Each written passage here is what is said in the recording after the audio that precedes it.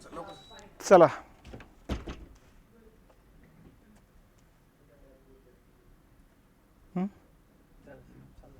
चला मित्रांनो, प्राकृतिक रचनेवरती आपण प्रश्न बघत होतो.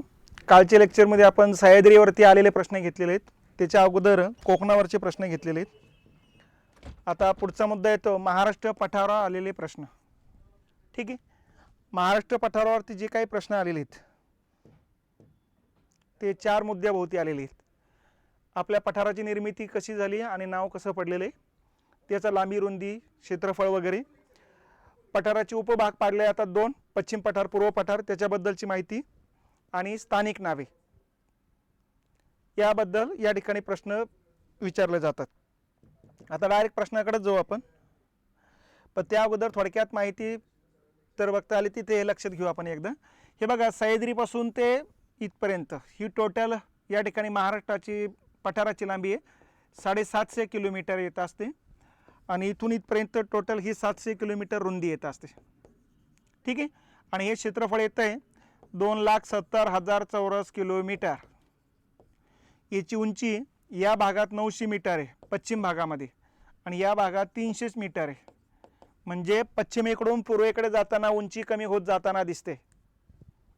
ठीक आहे, त्याच्यामध्ये पण लक्षात घेतलं पाहिजे भंडारा, गोंदिया, गडचिरोली, चंद्रपूर 4 जिल्ह्याचा जो काही भाग आहे हा रूपांतरित खडकापासून बनलेला आहे, आणि बाकीचा जो भाग आहे तो बेसॉल्ट खडकापासून बनलेला आहे. ठीक आहे, बेसॉल्ट खडकाची जाडी या भागात जास्त आहे, इकडे जाताना ही जाडी कमी होत जात असते. त्यामुळे रूपांतरित खडकापासून इकडे लाल खडक लाल माती तयार होते, आणि या भागात बेसॉल्ट खडकापासून काळी माती तयार होते. हा काळ्या मातीचा पट्टा आहे, हा लाल मातीचा पट्टा येत असतो. ठीक आहे, आता या ठिकाणी निर्मितीचं कारण काय, तर बेगी ज्वालामुखी फाटला गेला होता या पट्ट्यामध्ये 8 कोटी वर्षापूर्वी, आणि बेगी ज्वालामुखीतून बाहेर पडलेला लावारस जो आहे तो दूरपर्यंत पसरला गेला होता. तर हा पातळ स्वरूपातला लावारस होता, बेसिक लावा म्हणतात त्याला. ॲसिडिक लावा असतात मग घट्ट असतात, जागेची इतक्याच जागेत मुडपून मुडपून उंची वाढत गेला असतं बघा. म्हणजे पर्वतरांगा जास्त उंच तयार झाल्या असत्या, पठार तयार झालं नसतं जर ॲसिडिक लावा असता तर. आता हा जो आहे तो बेसिक लावा आहे, पातळ लावा आहे, त्यामुळं या ठिकाणी पातळ लावारस पहिला थर, दुसरा थर, तिसरा थर या पद्धतीने त्याची उंची वाढत गेलेली आहे. तर या भागात उंची पठाराची जास्त आहे, या भागातली उंची कमी आहे. तर या पद्धतीनं हे लक्षात घ्यायचं की बेगी ज्वालामुखीतून बाहेर पडलेल्या लावारसापासून पठाराची निर्मिती झालेली आहे.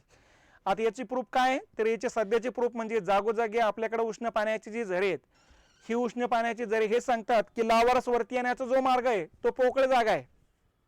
पावसाचं पाणी त्या पोकळ जागेतूनच मध्ये जाते, आणि मध्ये गेल्यानंतर एखाद्या खडकाला ते पाणी अडवलं गेलं, तो खडक गरम असतो आणि त्या खडकावरचं पाणी गरम होतं, परत गरम झालेलं पाणी वरती लोटलं जातं. यातून जागोजागी आपल्याकडे उष्ण पाण्याचे झरे आपल्याला पाहावयास मिळतात. तर हे उष्ण पाण्याचे झरेच या ठिकाणी बेगी ज्वालामुखीतून लावारस तयार झाल्याचं उत्तम उदाहरण किंवा प्रूफ म्हणून ओळखलं जात असतं. तर अशा पद्धतीनं या ठिकाणची घटना लक्षात ठेवा. मग पठाराचे सरळ सरळ 2 भाग आहेत, हा पश्चिम पठार, हा पूर्व पठार. पूर्व पठार खनिजाने सुसंपन्न आहे. महाराष्ट्रात जेवढे खनिजे सापडतात त्यातले 90% खनिजे या पट्ट्यात आहे. 9.5% खनिजे कोकणामध्ये, कारण इकडे पण लाल खडक आहे, बरं लक्षात. आणि एवढ्याच पट्ट्यामध्ये फक्त 0.5% खनिजे सापडतात, म्हणजे खनिज विरहित पट्टा आहे. पण ही माती कापसाची काळी माती म्हणून किंवा सगळ्या पिकासाठी पोषक आहे, कारण या मातीचा pH 7 आणि 8च्या दरम्यान आहे. त्यामुळे एकदम पोषक माती आहे, सगळे पिकं येतात, तृणधान्य, कडधान्य, तेलबिया, नगदी पिकं, फळ पिकं सगळे येतात. पण ही लाल माती याचा अर्थ ती ॲसिडिक सॉईल आहे, त्यामुळे त्यामध्ये फक्त ॲसिडिकच पीक येतं, आणि ॲसिडिक पीक एकाच आहे तांदूळ. म्हणजे हा भाताचा पट्टा आहे, हा असू द्या, इकडचा हा पट्टा असू द्या. ठीक आहे, तर या पद्धतीनं या पठाराबद्दलची माहिती. आणि हे स्थानिक नावं, या डोंगरा भागामध्ये आणखीन जे पठार आहे, तोरणमाळचे पठार, गाविलगड डोंगरामध्ये गाविलगडचे पठार, सातमाळा डोंगररांगेमध्ये मालेगाव पठार आहे, इथं बुलढाण्याचे पठार आहे. तर हे स्थानिक नावं हे लक्षात घेतले पाहिजे आपण. आता याच्यावर प्रश्न कसे कसे ते लक्षात घेत चालू. हे बघा, विधान अ आणि कारण र दिलेले. द्रवरूपातील बेसिक लावा प्रामुख्याने पठार निर्मितीला कारणीभूत असतो, बरोबर आहे. द्रवरूपात होता तो, पातळ होता, आणि ज्वालामुखीतून बाहेर पडणाऱ्या बेसिक लावाचा विलयबिंदू अतिशय कमी असतो, बरोबर आहे. विलयबिंदू कमी आहे, बेसिक लावा म्हणजे पातळ येतो, म्हणून त्याचं हे कारण पण बरोबर आहे. मग आता अ आणि र दोन्ही विधानं सत्य असून र हे अचं स्पष्टीकरण करते. तर याचं उत्तर येतं हे 1 नंबर. त्याच्यानंतर दख्खनच्या पठारावरील भूगर्भीय हालचालीचे कोणते पुरावे आहेत? मी आत्ताच बोललेलो आहे.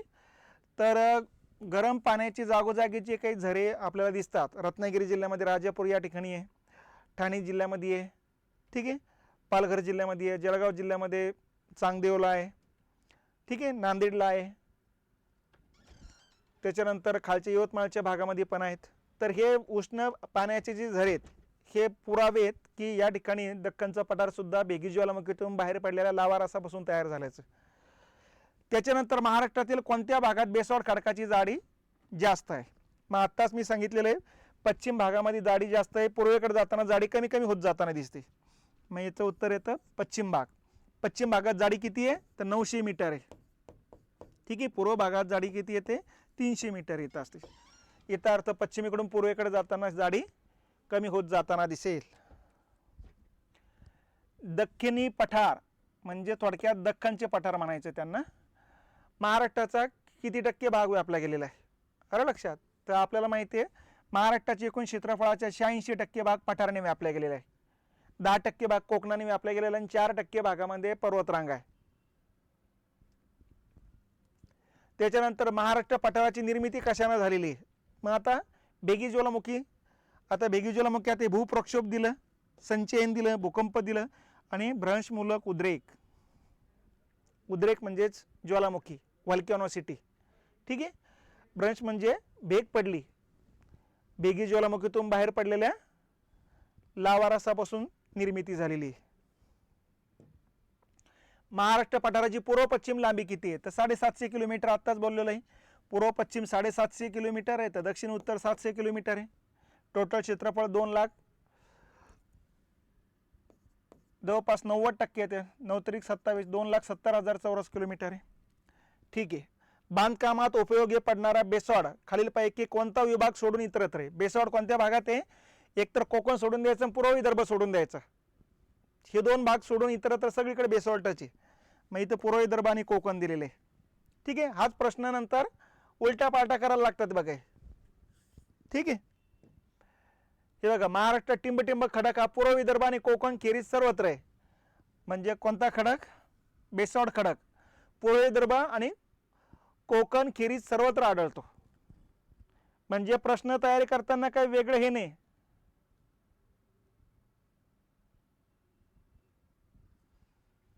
आले का लक्षात? हा, हे बघा सगळ्या परीक्षेसाठी हे सगळे प्रश्न आहेत. पोलीस भरती असू द्या, तुमची तलाठी भरती असू द्या, गट ब गट क असू द्या, राज्यसेवा असू द्या, सगळ्यांना लागू होत आहे. त्यामुळे आपण असेच प्रश्न घेतोय की जे सगळ्यांना लागू होईल, ठीक आहे. त्याच्यानंतर पुढचा मुद्दा येतो दख्खन पठाराची उंची टिंब मीटरच्या दरम्यान आहे. मग आता सांगितलं होतं 300 ते 900 मीटर या दरम्यान दख्खनच्या पठाराची उंची येत असते. पश्चिम भागात 900 मीटर आहे, पूर्व भागामध्ये 300 मीटर येत असते. मांजरा पठार कुठल्या भागात आहे? आता मांजरा नदी ज्या भागात आहे त्या भागात मांजरा पठार आहे आणि हे नदी वाहत असते मग बीड, धाराशिव, लातूर या पट्ट्यातून वाहत असते. मग आता हे जिल्हे कुठल्या भागात येतात? मराठवाडा भागात येत असतात, ठीक आहे. त्याच्यानंतर सह्याद्री पर्वताच्या पूर्वेस विशाल असा पठारी प्रदेश पसरलेला आहे, त्यास टिंब पठार असे म्हणतात. मग महाराष्ट्रातल्या पठाराला म्हणायचं महाराष्ट्र पठार किंवा दख्खनचे पठार म्हणायचं आपण, ठीक आहे. हे स्थानिक पठारांचे नाव आहे. हे स्थानिक नावाचं एकावरून एकाच भागाचं होईल ते, त्यामुळे फक्त अ बरोबर आहे, ठीक आहे. त्याच्यानंतर सत्यता तपासा म्हणतात विधानाची. महाराष्ट्र पठाराची बहुतांश भाग बेसाल्ट खडकाने व्यापलेला आहे, 100% सत्य. महाराष्ट्र पठाराची निर्मिती लावा रसाच्या संचयनाने झालेली, बरोबर आहे. तो दोन्ही पण विधानं बरोबर आहेत, ठीक आहे. चला पुढचं आहे कोणते विधानं बरोबर आहेत त्यांची सत्यता तपासा म्हणतात. अ आणि ब च विधान दिलेले. दख्खनचे पठार हे बेसाल्ट खडकापासून बनलेले. हे बघा या पठाराबद्दल जास्त प्रश्न राहिलेले नाही. आता जे तितकेच मुद्दे तितक्याच मुद्द्यावर उलटे पालटे करून प्रश्न विचारले चालू लागलेत. दख्खनच्या पठारावर बेसाल्ट खडकाची निर्मिती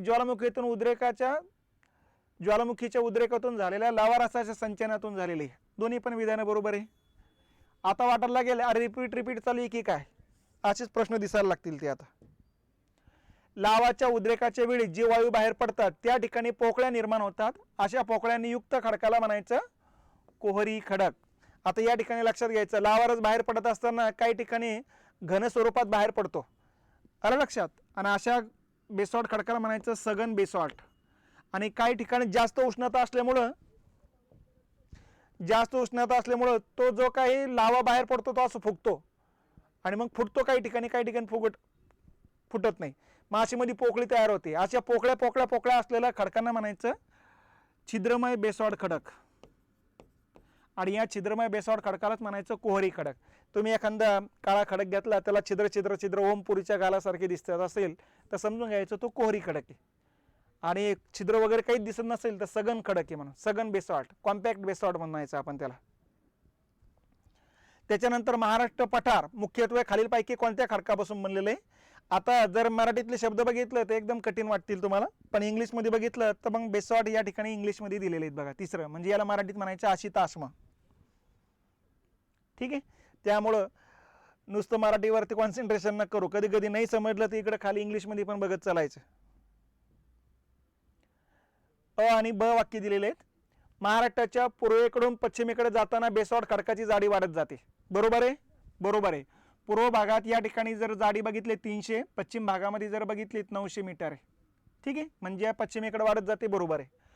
सह्याद्री पर्वतात बेसॉल्ट खडकाची जाडी सर्वाधिक म्हणजे 2200 मीटर आहे. बरोबर आहे, हेही बरोबर आहे. ही 2200 मीटर महाबळेश्वर या ठिकाणी येत असते बघा. ठीक आहे, तर ही दोन्ही पण विधानं बरोबर आहेत. मग पहिले विधान बरोबर असले तरी दुसऱ्या विधानाशी त्याचा संबंध नाही. ठीक आहे, दोन्ही विधानं बरोबर असून दुसरे विधान पहिल्या विधानाला बळकटी देते, हे बरोबर आहे. कारण ही पश्चिमेकडे जाडी वाढत जाते आणि सर्वात जास्त जाडी पश्चिमेकडे 2200, ती एकमेकांना बळकटी देता येते. चला, भारताच्या प्राकृतिक नकाशा महाराष्ट्राचा पठारी प्रदेश कोणत्या रंगाने दाखवला जातोय? मग मागाई सांगितलेलं आहे. आंतरराष्ट्रीय स्तरावर नियम ठरवण्यात आलेले, समुद्र पातळीच्या जो काही 300 मीटर पर्यंत उंचीचा जो भाग असतो ना, तो मैदानी प्रदेश असतो आणि मैदान नेहमी हिरव्या रंगाने दाखवला जात असतो. उंचावरचा सकल भाग म्हणजे मिनिमम 300 मीटर, मॅक्झिमम 1000 मीटर जर उंची असेल, उंचावरच्या सकल भागाला म्हणायचं पठार. आणि पठार दाखवला जात असतो पिवळ्या रंगाने. मग पाकिस्तानचं दाखवा किंवा रशियातलं दाखवा, अमेरिकेतलं दाखवा, तो पिवळ्याच रंगाने दाखवले जाणार आहे. आणि 1000 मीटरपेक्षा जास्त उंचीचा आणि तीव्रताराचा भाग असेल याला म्हणायचं पर्वत. आणि पर्वत हा गडद चॉकलेटी रंगाने दाखवला जात असतो, ही नेहमी लक्षात ठेवायचं. त्यामुळे भारताच्या प्राकृतिक नकाशात महाराष्ट्राचा पठारी प्रदेश हा पिवळ्याच रंगाने दाखवला जाणार आहे. पाकिस्तानचा विचारू द्या, सौदी अरेबियाचं विचारू द्या, अफगाणिस्तानचं, जपानमधलं कुठलं आहे ते पिवळ्याच रंगाने दाखवलं जाणार आहे. तर हे आंतरराष्ट्रीय काही नियम लक्षात घेतले पाहिजे आपण. दख्खनचे पठार बेसॉल्ट व ग्रॅनाइट खडकांनी बनलेले आहे. कारण मग काय कारण असेल? ज्वालामुखी प्रक्रिया.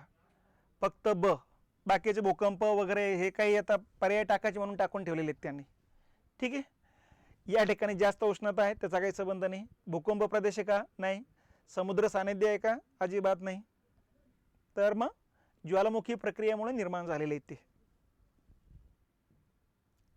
चला, बरोबर या ठिकाणी हा पठाराबद्दलचे जेवढे प्रश्न आहे, एक तर मी अगोदरच सांगितलेलं आहे की पठाराबद्दल प्रदेश मोठा आहे पण याच्यावर प्रश्न कमी आहे. सह्याद्री प्रदेश कमी आहे पण त्याच्यावरची प्रश्नाची संख्या जास्त आहे. तर या पद्धतीने आपण प्राकृतिक रचनेबद्दल तिन्ही मुद्दे घेतलेले आहेत. कोकण पण घेतला, त्याच्यावरचे प्रश्न घेतलेत. सह्याद्री घेतला, त्याच्यावरचे प्रश्न घेतलेत. आजच्या याच्यामध्ये पठार घेतलं आणि त्याच्यावरचे प्रश्न घेतलेले आहेत. उद्या आता मग नद्यांबद्दलचे प्रश्न आपण बघू. ठीक आहे, आज आपण याच ठिकाणी थांबू, उद्या परत भेटू आपण. ठीक आहे, धन्यवाद.